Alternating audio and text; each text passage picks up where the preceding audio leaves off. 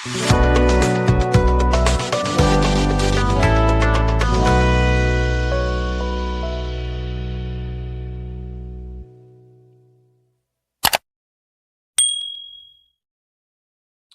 दोस्तों, बहुत बहुत स्वागत आप सभी का मेरे इस यूट्यूब चैनल क्रिक 7 में। तो बात करेंगे बीजीटी के बारे में, बॉर्डर गावस्कर ट्रॉफी के बारे में। इससे पहले थोड़ी बहुत हमने बात ज़रूर की है, बट इस वीडियो में थोड़े से डिटेल्स में बात करेंगे क्या कुछ अभी चल रहा है, किस तरह से तैयारी हो रही है बॉर्डर गावस्कर ट्रॉफी के लिए। अभी जैसे कुछ ही दिन रह गए हैं, 22 तारीख से आप देखो हमारे इंडियन स्टैंडर्ड टाइम के हिसाब से सुबह सुबह एक तरीके से 7 बजे के करीब मैचेस स्टार्ट हो जाएंगे। एंड जैसे कि आपको पता है कि ऑक्शन भी पहले मैच के दौरान ही होना है 24 और 25 को, तो उसके बारे में भी बात करेंगे। बट फिलहाल इस वीडियो में जैसा ही कहा कि बॉर्डर गावस्कर ट्रॉफी से पहले एक हल्का सा प्रीव्यू आपको दे दूंगा। तो सबसे पहले तो देखिए, इस वक्त टीम इंडिया थोड़ी सी परेशान है। अभी एक तरह से प्रैक्टिस चल रही है पर्थ में, जहाँ पे पहला टेस्ट मैच होना है, लेकिन उससे पहले देखो कुछ कंसर्न है टीम इंडिया के लिए। फर्स्ट ऑफ ऑल तो कप्तान रोहित शर्मा वो अभी तक पहुंचे नहीं हैं, एंड थोड़ा सा उनका पर्सनल रीज़न था। एंड ऑब्वियसली उसमें देखो खबर आ भी गई है कि कप्तान जो कि वो दोबारा से फादर बने हैं, तो उनको एक तरीके से एक बेटा हुआ है। तो many many congratulation to captain Rohit Sharma, and hope यही करेंगे कि जल्द से जल्द वो टीम के साथ जुड़े ऑस्ट्रेलिया में। आई थिंक खबर यही है कि शायद पहला मैच वो खेलेंगे नहीं, एंड जो कि फेयर है मेरे हिसाब से, क्योंकि अभी तक वो वहाँ पे पहुँचे नहीं है, कंडीशन में उतना एक तरह से अभी अपने आप को ढाला नहीं है, और वहाँ पे सीधे जाके पर्थ में मैच खेलना इतना इजी नहीं होगा। तो जो भी प्लेयर वहाँ पे एक तरह से प्रैक्टिस कर रहे हैं उनको एक तरह से खेलने दीजिए, एंड ऑब्वियसली जो सेकेंड मैच में गैप होगा उसमें जाके वो एक तरह से फीचर कर सकते हैं, जो पिंक बॉल टेस्ट मैच होगा एडिलेड में। तो एक तो रोहित शर्मा की खबर हो गई। दूसरी चीज़ ये है कि शुभमन गिल को अब देखो इंजरी हो गई है फील्डिंग करते दौरान, जो एक तरह से प्रैक्टिस चल रही है India A squad and Indian team के बीच में, जो एक तरह से मिलके इंट्रा स्क्वाड एक तरह से मैच खेल रहे थे। तो उस दौरान आप देखो फील्डिंग करते हुए उनके उंगली पे शायद चोट लगी है, और पहले मैच से तो लग रहा है कि वो रूल आउट हो चुके हैं। एंड अगेन वो रोहित शर्मा के साथ ही सेकेंड मैच में ज्वाइन करेंगे। तो एक भारी झटका है, क्योंकि Shubman Gill last time Australia में बहुत अच्छा किया था, एंड ये जो पिचेस है उनको सूट करती हैं, और एक्सपर्ट ये कर रहे थे कि 2024 जो अब तक बहुत अच्छा गया है शुभमन के लिए, उसको कंटिन्यू रखेंगे। की फैक्टर थे इंडियन बैटिंग लाइनअप में इन दिस कंडीशंस, बट पहले ही मैच में वो एक तरह से मिस कर जाएंगे। केएल राहुल के भी आई थिंक एल्बो पे लगी थी बॉल प्रैक्टिस के दौरान, बट वो अभी शायद ठीक हो चुके हैं और अवेलेबल हो जाएंगे पहले मैच के लिए। And most likely in the absence of Rohit Sharma हो सकता है कि उनको ओपनिंग करने को एक तरह से पड़े। और भी आई थिंक प्लेयर है, जैसे अभिमन्यु ईश्वरन हो गए, जो कि बैकअप ओपनर के तौर पर गए हैं, बट अभी तक कोई खास एक तरह से परफॉर्मेंस दी नहीं है वहाँ पे ए टूर के मैचेस में, या जो प्रैक्टिस मैच हो रहे हैं उसमें। तो मैनेजमेंट शायद अभी उनके बारे में उतना सोच नहीं रही है, but if I have to pick the team, मैं उनको ज़रूर खिलाऊंगा। क्योंकि देखो, आपने उनको प्रीवियसली भी पिक किया था जब 2020-21 के दौरान आई थिंक वो बैकअप के तौर पे एक तरह से जा रहे थे टीम में। एक टाइम भी आ गया था जब उनको खिलाना था, जब शुभमन गिल एंड मयंक अग्रवाल इंजर्ड हो गए थे, जो इंग्लैंड टूर हुआ था 2021 में। बट वहाँ पे भी वही हुआ था कि केएल राहुल को मिड ऑर्डर में बैटिंग करना था, वो कम बैक कर रहे थे टेस्ट क्रिकेट में। बट सडनली क्या हुआ कि उन कंडीशन में टीम मैनेजमेंट को लगा कि शायद अभिमन्यु ईश्वरन से केएल राहुल बेटर ऑप्शन होंगे, तो उनको भेज दिया गया बतौर ओपनर। हालांकि उन्होंने अच्छा भी किया उस सीरीज़ में, बट वंस अगेन देखो अभिमन्यु ईश्वरन जब पिक हुए हैं, तो सिर्फ आप उनको एक तरीके से वहाँ पे घुमाने मत ले जाओ। एटलीस्ट एक दो गेम ज़रूर एक तरह से देख के देखो। ऑब्वियसली उन्होंने टूर गेम्स में या प्रैक्टिस मैचेस में उतना एक तरह से इम्प्रेस नहीं किया है, एंड जो कि फेयर है। मतलब आप वहाँ पे गए हो तो आप जीतना ही चाहोगे मैचेस, और जिसको आपने अच्छा करते हुए देखा है उसको शायद आप पिक करना चाहोगे। तो उस केस में शायद KL Rahul at the top along with Yashasvi Jaiswal शायद बेटर ऑप्शन होंगे।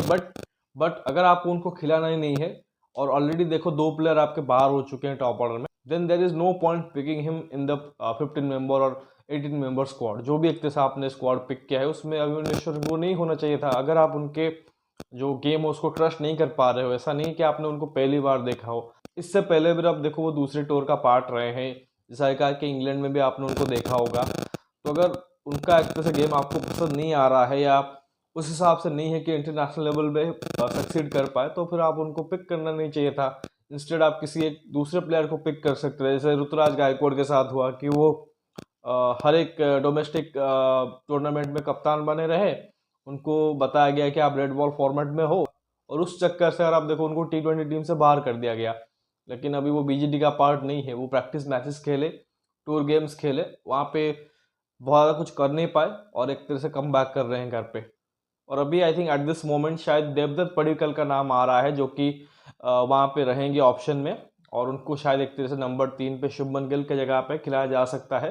हालांकि और भी ऑप्शन है, जैसे ध्रुव जुरैल हो गए, जो कि मुझे लगता है कि स्टार्ट करेंगे, जिन्होंने जो टूर मैचेस हुए थे वहाँ पे अच्छा किया था। इवन सरफराज खान का उतना एक तरह से चर्चा नहीं हो रहा है। अगेन शायद जो कंडीशन है और उनकी जो टेक्निक है सीम के अगेंस्ट और स्विंग के अगेंस्ट, वो शायद एक तरह से वो शायद उनके लिए एक तरह से ट्रबल का फैक्टर बन सकता है। लेकिन अगेन सरफराज को भी आप खिला सकते हो। तो आई थिंक अभी तो देखो आपको ये सोचना पड़ेगा कि क्या आपके एक तरह से बेस्ट 11 होगी। फिर जो गेंदबाज भी गए हैं उसमें देखो कि स्पिनर जो आपने एक तरह से ऑप्शन रखे हैं, अश्विन को खिलाओगे या जड्डू को खिलाओगे या फिर वाशिंगटन सुंदर को खिलाओगे। देन पेसर में बुमराह एंड सिराज तो खेलेंगे, लेकिन उनके साथ कौन होगा? क्या आकाशदीप को खिलाओगे या हर्षित राणा को या प्रसिद्ध कृष्णा को, या फिर 4-4 तेज गेंदबाज के साथ उतरोगे? एक और खबर ये भी थी कि शायद नीतीश कुमार रेड्डी का हो सकता है कि डेब्यू हो जाए, क्योंकि बतौर ऑलराउंडर वहाँ पे वो गए हैं। एंड ऑब्वियसली आप चाहते हो कि थोड़ा सा आपका बैलेंस बैट और बॉल के बीच एक तरह से सही रहे, बिकॉज द मोमेंट आप नंबर 6 पे देखते हो कि इधर ध्रुव जुरैल या सरफराज खान खेल रहे हैं, उसके बाद नंबर 7 पे आपका शायद एक स्पिनर होगा, वो इधर जडेजा हो सकते हैं, वाशिंगटन सुंदर भी हो सकते हैं, इवन रविचंद्रन अश्विन भी हो सकते हैं। आई थिंक क्योंकि पर्थ में मैच है तो ज़्यादा चांसेस है कि सुंदर या जड्डू खेले। अश्विन के चांसेस थोड़ा सा कम हो जाते हैं, क्योंकि ऑब्वियसली सुंदर या जडेजा शायद बेहतर बैटिंग विकल्प देंगे। then उसके बाद नीतीश कुमार रेड्डी का क्यों ऑप्शन आएगा? बिकॉज आप नहीं चाहोगे कि पर्थ जैसे कंडीशन में आपके पास नंबर 6 के बाद प्रॉपर बैटर खत्म हो जाए और फिर नंबर 8 पे आपका एक तरह से टेल स्टार्ट हो जाए। And that's why I think Nitish Kumar Reddy का भी नाम चल रहा है प्लेइंग 11 के लिए। तो अभी तो खैर देखिए बहुत परमिटेशन कम्बिनेशन चल रहे हैं कि किसको खिलाया जाए, बट जो मेरे हिसाब से प्लेइंग 11 होना चाहिए, अभिमन्यु श्रीन को आप जरूर इतने से गेम देख के देखो वो क्या कर रहे हैं, और साथ में जायसवाल तो है ही ओपन करने के लिए। नंबर 3 पे आप आई थिंक ध्रुव जुरैल को खिला सकते हो, आई थिंक अच्छा किया था। एंड अभी मेक शिफ्ट अरेंजमेंट है, क्योंकि शुभमन गिल एक ही मैच के लिए नहीं होंगे, तो Dhruv Jurel can bat at number 3, then Virat obviously at 4, Rishabh at 5, and then 6 पे मैं KL राहुल को रखूंगा। अब KL राहुल के लिए अब लोग बोलेंगे कि उनको ओपन भी करा सकते हो, विच इज़ फाइन, मुझे लगता है कि उसमें कोई दिक्कत नहीं है, और यही होगा, शायद टीम इंडिया यही करेगी कि उनसे ओपन कराएगी। बट अगेन देखो आई थिंक अभी एक सीरीज पहले रोहित शर्मा बात कर रहे थे कि हम KL को नंबर 6 पे रखना चाहते हैं, उनको एक तरह से लॉन्ग रन देना चाहते हैं। आई थिंक इससे पहले जो ओवरसीज टूर हुआ था साउथ अफ्रीका का, वहाँ पे वो मिडिल ऑर्डर में नंबर 5-6 पे बैटिंग करके उन्होंने शतक जड़ा था। तो एक क्लैरिटी उनके पास होनी चाहिए।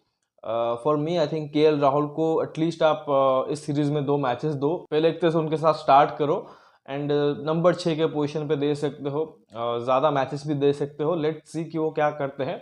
अगर अच्छा करते हैं तो फिर आप उनसे कंटिन्यू कर सकते हो, अगर नहीं करते हैं तो फिर आप उनको इजीली ड्रॉप कर सकते हो। You will get a valid reason for that, और उसके बाद ही एक तरह से आप सरफराज या जुरैल के साथ कंटिन्यू कर सकते हो। जैसा ही कहा कि जब Rohit and Shubman come back कर जाएंगे तो ऑब्वियसली वो ईश्वरन एंड जुरैल वाला स्पॉट लेंगे। Sarfaraz has to wait at this moment. तो आई थिंक ये कुछ एक तरह से मेरी टीम होगी जहाँ तक बैटिंग का सवाल है। उसके बाद जो इकलौता स्पिनर मेरे टीम में होगा वो वाशिंगटन सुंदर होगा, नंबर 7 पे हम उनको खिलाऊंगा। अभी बहुत अच्छे फॉर्म में जा रहे हैं न्यूजीलैंड से, एंड ऑब्वियसली ऑस्ट्रेलिया में लास्ट टाइम उन्होंने बहुत अच्छी बैटिंग भी की थी, और गेंदबाजी भी आई थिंक जो लास्ट सीरीज गई उसमें बहुत अच्छा किया है। तो एक कॉन्फिडेंस के साथ जा रहे हैं। ऑब्वियसली अश्विन एंड जडेजा के पास एक्सपीरियंस है, इवन जडेजा शायद बेटर बैट्समैन होंगे, बट एट दिस मोमेंट मुझे लगता है कि शायद टीम मैनेजमेंट भी वाशिंगटन सुंदर को ही प्रेफरेंस देगी। एंड देन मैं 4 पेसर खिलाऊंगा, हर्षित राणा के बैटिंग के ऊपर और आकाशदीप के बैटिंग के ऊपर भी मैं थोड़ा सा ट्रस्ट करूंगा। And then obviously Bumrah can chip in, तो Bumrah and Siraj, I think ये मेरे 4 गेंदबाज होंगे, तेज गेंदबाज। थोड़ा सा बैटिंग आपको हल्की लगेगी तो नीतीश कुमार रेड्डी के लिए ज़रूर टेम्प्ट होना चाहिए, but I will go for Harshit Rana, क्योंकि अगर आप देखो उनको भी बहुत ज़्यादा इस वक्त एक तरह से बैक किया जा, मतलब कि एटलीस्ट इन 15 में तो रख रहे हैं। आई थिंक T20 टीम में भी थे, अभी टेस्ट टीम का भी पार्ट है, बट कहीं पे भी खेल नहीं रहे हैं। सो आई वांट हिम टू सी कि वो किस तरह से परफॉर्म करते हैं। And Perth is a perfect place जहाँ पे उनको एक तरह से आप ट्राई कर सकते हो। हिट द डेक बॉलर है जिसके लिए उनको एक तरह से पिक किया गया है। तो लेट्स सी, आई थिंक ये मेरी टीम होगी, नॉट नेसेसरी टीम इंडिया भी यही एक तरह से स्क्वाड पिक करेगी।